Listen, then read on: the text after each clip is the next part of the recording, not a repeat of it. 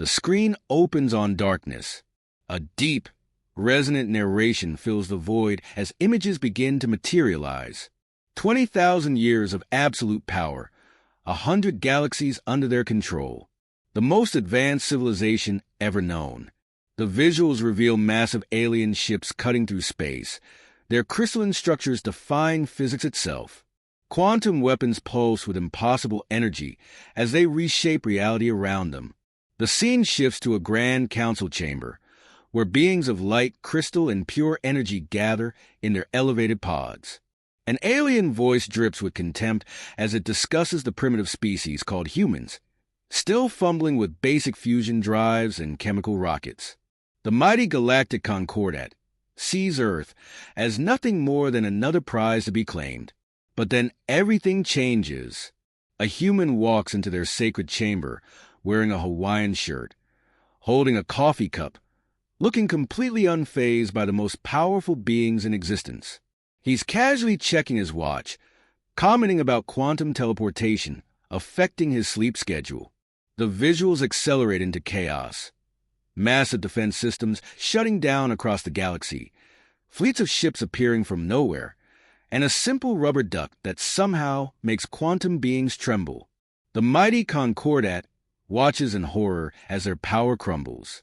For 20,000 years, they hunted lesser species across the stars.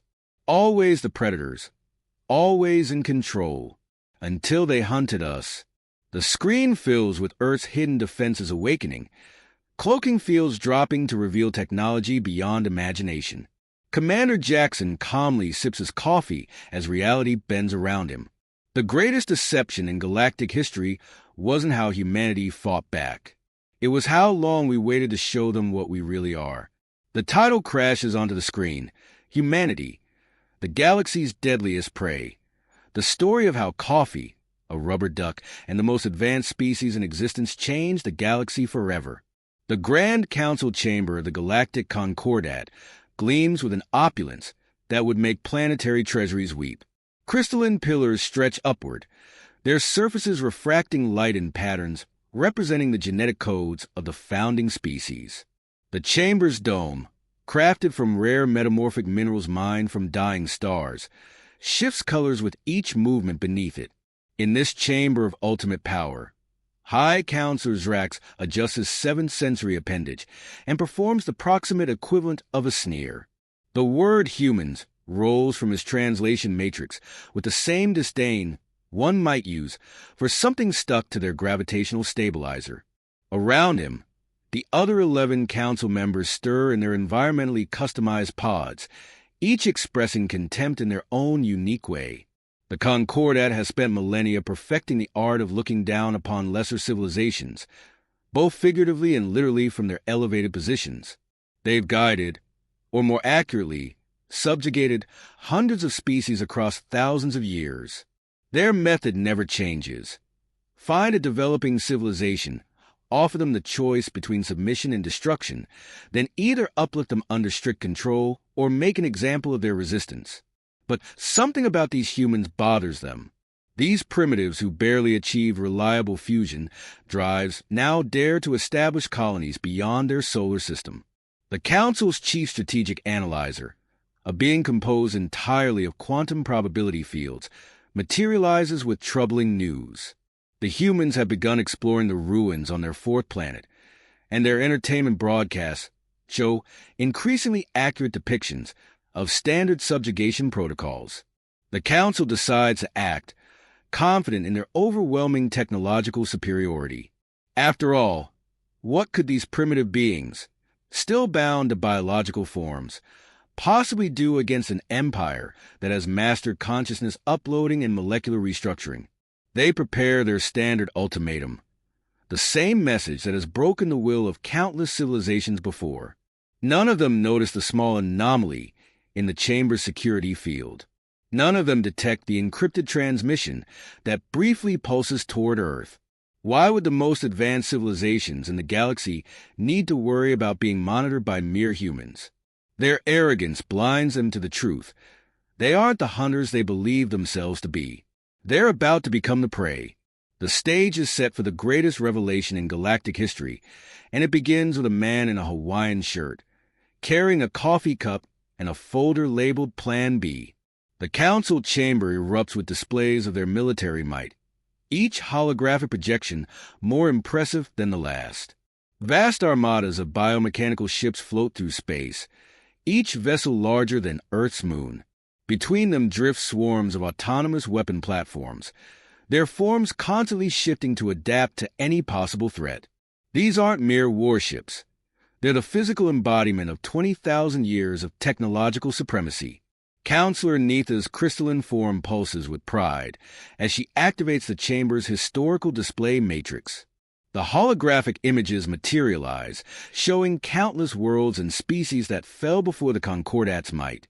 The Andromedans, with their impressive quantum phase technology, surrendered in just 3 days. Their worlds now serve as vacation resorts for the Concordat's elite. The Centan resistance, despite their supposedly impenetrable psychic defenses, lasted exactly 47 minutes before submitting to their new masters. At the heart of their military dominance stands the Dyson Sphere of Proxima Command, a massive ring structure encircling an entire star. 10 million ships, quantum AI tactical systems, and weapons that can reorganize matter at the subatomic level, all controlled from this single point in space. The temporal defense grid surrounds it all, its predictive algorithms so advanced they stop attacks before they even begin. The Arcturians learned this lesson when they dared to resist with their plasma weapons. The Concordat simply reversed the flow of time in their star system until they agreed to submit. The council members take turns showcasing their technological achievements, each demonstration more extraordinary than the last. They've mastered consciousness uploading, molecular restructuring, and the fundamental forces of reality itself. Their quantum encryption is unbreakable. Their AI networks span galaxies, and their smallest weapon could reshape a planet's core. To them, Earth appears as nothing more than a primitive backwater. Their intelligence networks report humans still struggling with basic nuclear fusion, their most advanced AI systems barely capable of simple pattern recognition. The Council watches Earth's clumsy attempts at space exploration with amusement, seeing their chemical rockets and basic space stations as little more than children's toys. The ultimatum they prepare follows a formula perfected over millennia. It begins with an overwhelming display of force, followed by a message that takes 80% of its length to list the Concordat's achievements. The actual choice presented is simple: submit or be subjugated. They expect Earth to respond like every other civilization, with panic, chaos, or desperate military posturing. Instead, they receive a reply within 3 Earth hours, requesting a face-to-face meeting. The council members find this amusing. The primitives want to negotiate, but their amusement turns to confusion when they learn who Earth has chosen as their representative. A single human, wearing what appears to be casual clothing beneath his diplomatic uniform, carrying nothing but a coffee cup and a folder. As Commander Jackson strolls into their grand chamber, none of the council members realize they're about to learn a harsh lesson about appearances.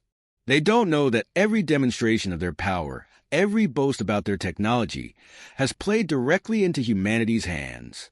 They've spent 20,000 years perfecting the art of subjugation, but they're about to meet a species that has spent just as long perfecting something far more dangerous: the art of deception. The council chambers grow quiet as Commander Jackson takes his first sip of coffee, completely unfazed by the most powerful beings in the galaxy. The real show is about to begin. The Council's ultimatum arrives on Earth through a quantum entangled transmission matrix, simultaneously appearing on every electronic display device on the planet. The message radiates arrogance, with 80% dedicated to listing the Concordat's achievements before getting to the actual point: submit or be subjugated. The Council expects Earth to dissolve into chaos, perhaps launch a few futile military responses, or beg for mercy. That's how it always goes. Instead, Earth's response comes within 3 hours. No panic, no military mobilization, just a simple request for a face-to-face meeting. The council members find this puzzling, but attribute it to the primitives' inability to comprehend their true situation. Their confusion only deepens when they learn about Earth's chosen representative. Commander Jackson walks into the Grand Council chamber with the air of someone arriving at a casual business lunch. His diplomatic uniform looks pristine, but underneath he wears what appears to be a vintage Hawaiian shirt. In one hand, he carries a steaming cup of coffee. In the other, a simple folder labeled Plan B. His salt and pepper hair appears slightly disheveled, and his expression suggests mild amusement rather than the appropriate awe at standing before the most powerful beings in the galaxy. The council watches in bewilderment as Jackson takes a long sip from his coffee cup, commenting on quantum teleportation's effects on his circadian rhythms. This isn't following any of their standard protocols for first contact subjugation. Where's the fear? The desperate pleading? The futile displays of military readiness?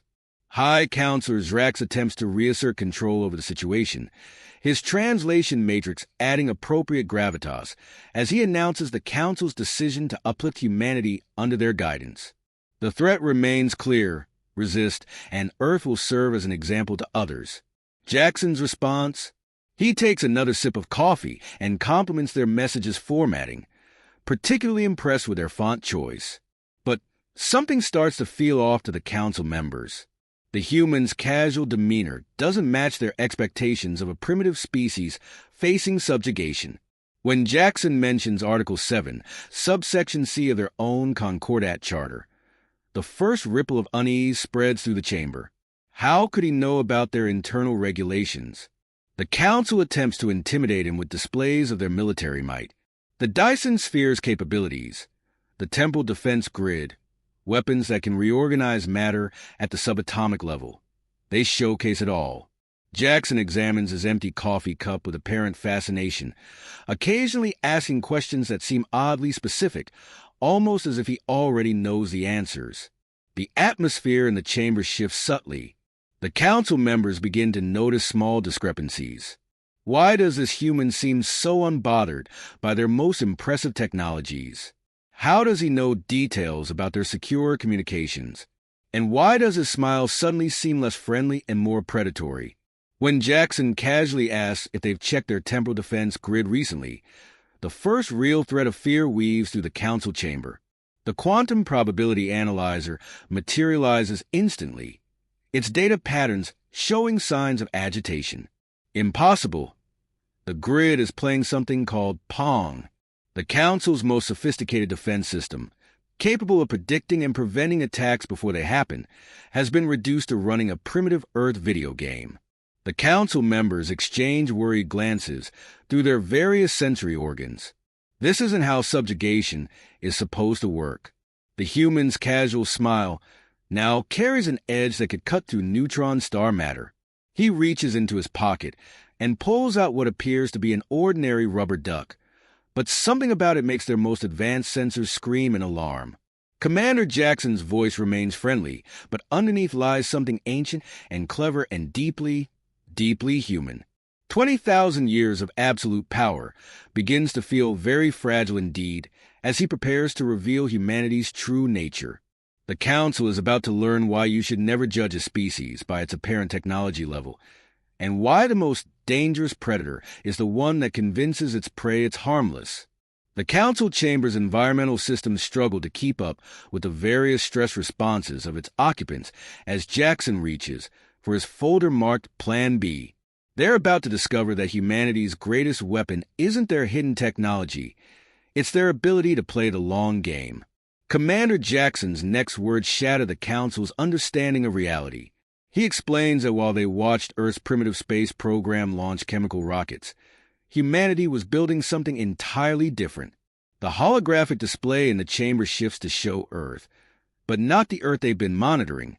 The planet reveals itself surrounded by a complex lattice of quantum energy fields, advanced defense platforms seamlessly integrated into the fabric of space-time itself.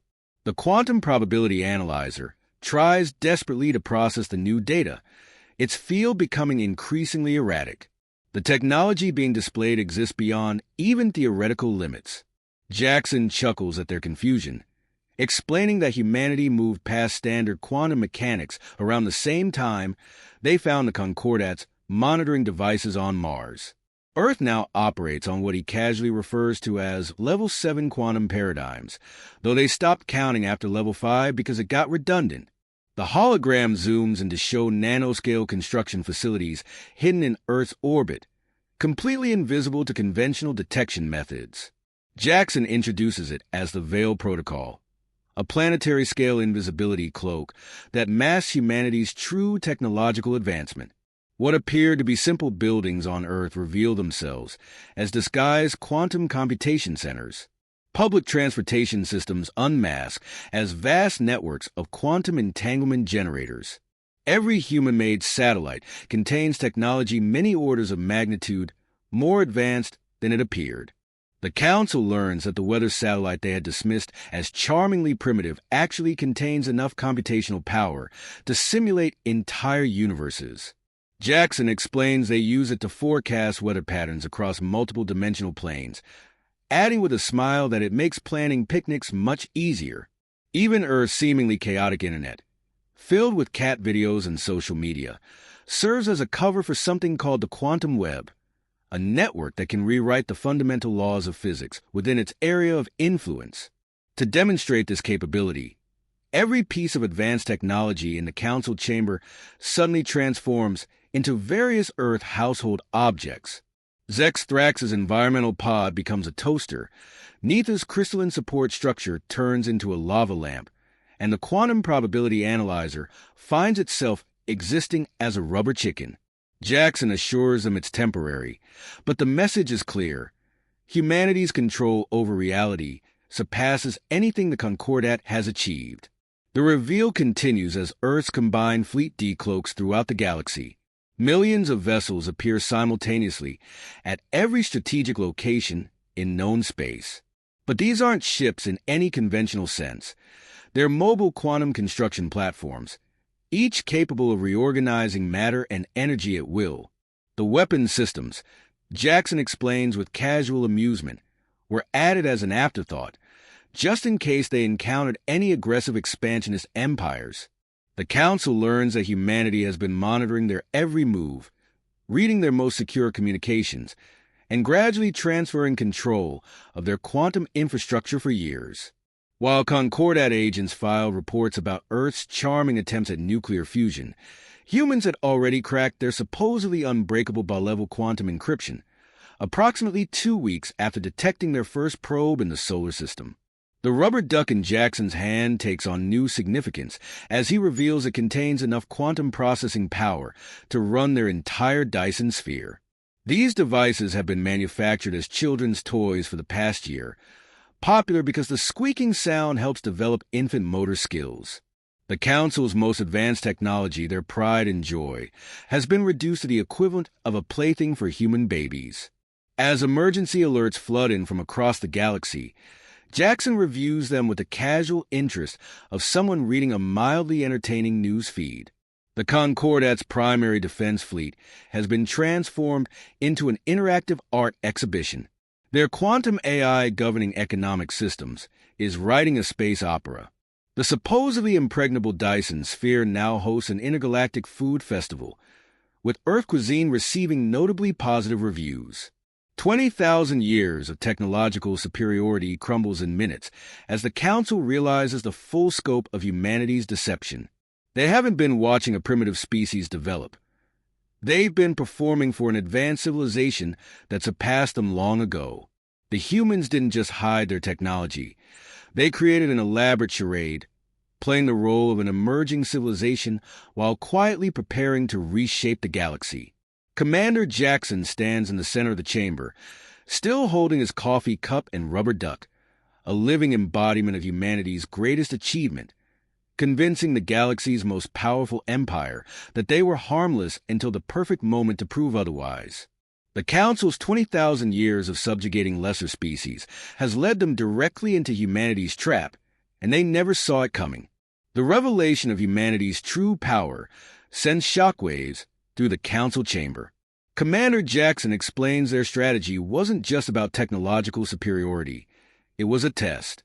Humanity wanted to see if the Concordat would choose differently when encountering a new civilization. They studied the Council's entire history, every species subjugated, every world conquered. They offered the Concordat a chance to break their pattern of dominance and control. Unfortunately, the Council chose to do exactly what they've always done. Now humanity must do what they prepared for. The rubber duck squeaks ominously in Jackson's hand as he outlines the complete dismantling of the Concordat's power structure. Their subject worlds have already been informed of the change in management, offered either independence or voluntary membership in what humans call the Terran Cooperative. The response proves overwhelmingly positive. The Andromedans reclaim their vacation worlds, though they decide to maintain them as actual vacation destinations, having developed a genuine interest in resort management. The Centurions, once forced to perform as entertainment, choose to establish a proper theatrical agency, complete with benefits and unionization. The Arcturians, freed from temporal manipulation, offer to help optimize Earth's temporal mechanics research.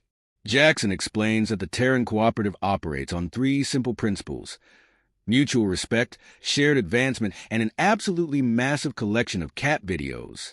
The Council members learn they're welcome to join once they demonstrate they can play nice with others. The alternative? A comfortable retirement planet where they can live out their days in peaceful obscurity. The transformation extends beyond political structure. Earth's quantum web begins integrating with former Concordat systems, creating an unprecedented network for cultural exchange and scientific advancement. The Dyson Sphere, once a symbol of military might, transforms into a universe-class research university. Time travel tourism booms under strict "don't step on any butterflies" protocols. Most striking is the shift in galactic society itself. Without the Concordat's restrictive policies, formerly subjugated species flourish. 15 civilizations develop revolutionary technologies within months of gaining freedom. The first intergalactic cat video festival becomes an overwhelming success, bringing together species that once viewed each other only as threats or servants. Commander Jackson reviews these changes on his tablet while sipping coffee in what was once the center of galactic authority, now converted into a comfortable coffee shop. The crystalline pillars serve as abstract art installations, and the quantum-infused dome projects peaceful Earth scenes. Where there were once elevated pods of power, comfortable seating arrangements suitable for multiple species encourage conversation and collaboration. The former Council members adapt to their new roles, with varying degrees of success. Zrax discovers a passion for Earth cuisine and opens a popular fusion restaurant combining Proximan and human dishes. Neith transforms her crystalline form into an innovative art installation that tours the galaxy. Even the quantum probability analyzer, after being restored from its rubber chicken state, chooses to maintain a small portion of itself in that form, having developed an appreciation for absurdist humor. The galaxy isn't perfect. Nothing ever is. But humanity's greatest victory wasn't defeating the Council through superior technology or military might. It was showing the galaxy a better way to exist. When civilizations receive the freedom to choose their own path, most choose to work together, creating something far more powerful than any empire built on fear and subjugation. Commander Jackson watches a group of young Andromedan diplomats arguing good-naturedly with a Centurion performance artist about the proper way to prepare a cappuccino. The scene perfectly encapsulates the new galactic order. Diverse species freely sharing ideas, culture, and coffee-making techniques. The only complaint? The weekly karaoke nights remain somewhat controversial, though even that has become a peculiar form of intergalactic diplomacy. The rubber duck that helped change the galaxy's fate now sits enshrined in a museum, though visitors often report hearing mysterious squeaking sounds during quantum physics lectures. It serves as a reminder that the most powerful force in the universe isn't technology or military might. It's the ability to choose cooperation over conquest and friendship over fear. One standard galactic year passes after humanity's revelation of their true power. The former council chamber transforms from a seat of dominance into a gathering place for cultural exchange. Where beings once plotted subjugation, species now share stories over cups of earth coffee. The crystalline pillars that once intimidated now inspire as art installations, their patterns celebrating diversity rather than hierarchy. Commander Jackson maintains his position, but not as a ruler. He serves as a facilitator, helping species work together while Earth provides technical support only when asked. His famous coffee cup and Hawaiian shirt become symbols of the new galactic order, casual, approachable, yet hiding remarkable capabilities beneath their simple exterior. The Terran Cooperative's approach to galactic administration proves revolutionary precisely because they choose not to administer much at all. Each civilization develops along its own path, free from the suffocating control that marked the Concordat's reign. This freedom sparks an unprecedented era of innovation and cultural exchange. Trade flourishes without the Concordat's restrictive policies. The quantum web, once a tool of surveillance and control, becomes a vast network of knowledge sharing. Former enemies collaborate on scientific projects, their combined insights leading to breakthroughs that neither could have achieved alone. The transformation affects individuals as profoundly as civilizations. The former council members, stripped of their power, discover talents and passions they never knew they possessed. Zrax's fusion restaurant becomes famous not for its grandeur, but for bringing species together through shared meals. Neetha's art captures the beauty of change itself, her crystalline form telling stories of transformation and redemption. Perhaps most telling is the fate of the infamous rubber duck. Displayed in a museum, it draws visitors from across the galaxy. Young beings of all species gather around it, learning not just about quantum physics, but about the power of appearances to deceive and the importance of judging others by their actions rather than their apparent capabilities. The Dyson sphere, once a symbol of military might, buzzes with academic energy. Students from formerly subjugated species study alongside the children of their one-time oppressors. In its quantum laboratories, breakthroughs emerge not from competition, but collaboration. Time travel tourism, carefully regulated to prevent paradoxes, allows civilizations to learn from history rather than repeat it. The first intergalactic cat video festival spawns a whole new form of cross-species entertainment, proving that some things truly are universal. But the greatest change isn't visible in the grand structures or technological advances. It shows in small moments. A former council member sharing a joke with a species they once considered beneath them. Young diplomats debating coffee preparation techniques rather than military strategies. Beings of all kinds gathering for controversial but beloved karaoke nights. These moments prove humanity's true victory. They didn't just defeat an empire. They replaced fear with friendship, control with cooperation, and dominance with diversity. The galaxy learns that true power lies not in forcing others to follow your path, but in helping them find their own. A new day dawns over a transformed galaxy. The morning light filters through the quantum-infused dome of what was once the Concordat's center of power. Commander Jackson stands at his usual spot, brewing coffee for beings from 100 different worlds. His famous Hawaiian shirt has inspired a whole fashion trend among species that don't even have bodies in our conventional sense. The rubber duck sits in its museum display, still squeaking mysteriously during physics lectures. But now it represents something more than humanity's clever deception. It stands as a reminder that appearances deceive, that true strength often hides behind simple facades, and that sometimes the most powerful weapon isn't the ability to conquer. It's the patience to wait for the right moment to show your true nature. As diplomatic meetings dissolve into karaoke sessions and former enemies debate coffee brewing techniques, the galaxy learns its most important lesson. 20,000 years of conquest achieved less than 1 year of cooperation. The hunters became friends, the prey became teachers, and somewhere in between, everyone discovered that power isn't about controlling others. It's about helping them grow. And if you listen carefully during quantum physics lectures, you might just hear a rubber duck squeaking in agreement.